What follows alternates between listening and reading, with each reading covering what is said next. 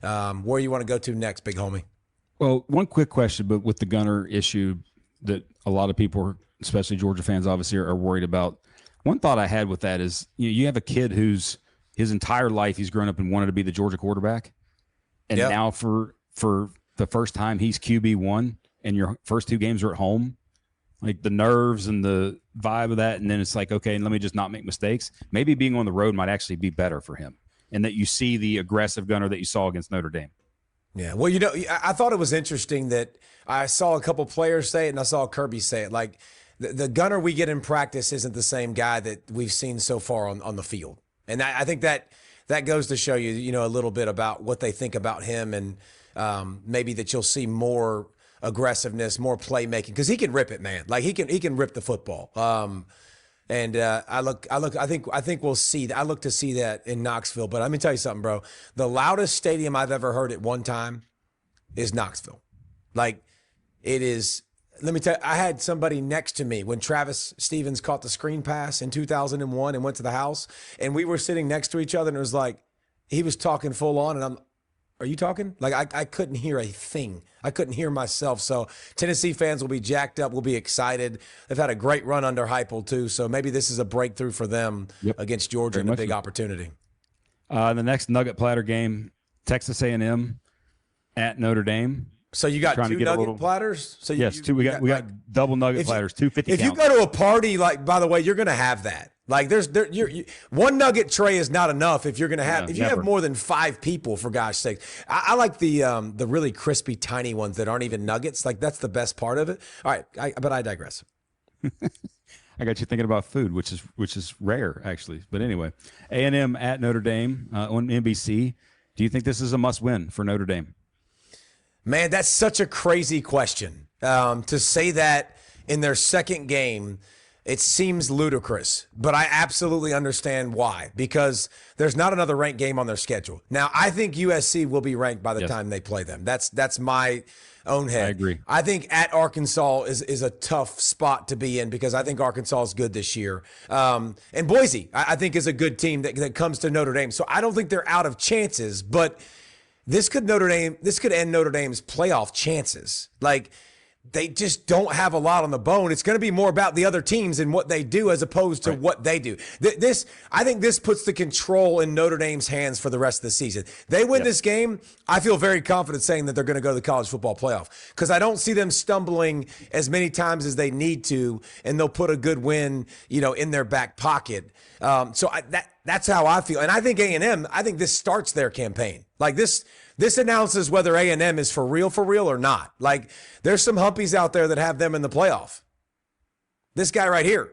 And I don't know that if you lose this game, I don't think they're going to the playoff. Like, because Notre Dame's not going to lose. Yeah, they've got too much on the schedule, and I don't think Notre Dame's going to lose enough to even out the resume by any stretch of the imagination. So this is a big prove-it game. Yeah, I think Notre Dame needs to win. And here's the most disheartening thing about Notre Dame.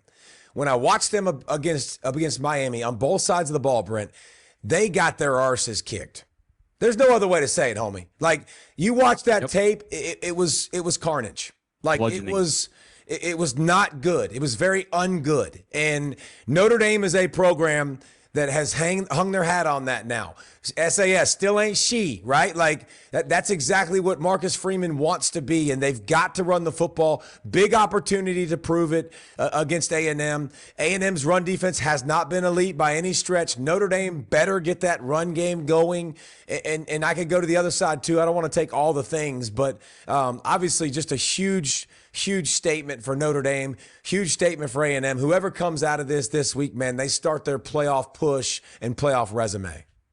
We talked about it with Cole in terms of, and you mentioned it, how Texas A&M has kind of been heavy on the passing side. Yes, I've been shocked. They're also the 8th most, by the way, in terms of the Power 4, 8th most pass percentage. And when you look even more into it and watch the tape, and as well as look at the data, it's because of when they run the RPOs, it's a throw 2/3 of the time.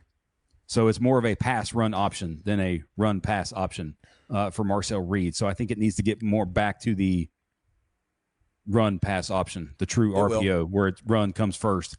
But You look at their defense, though.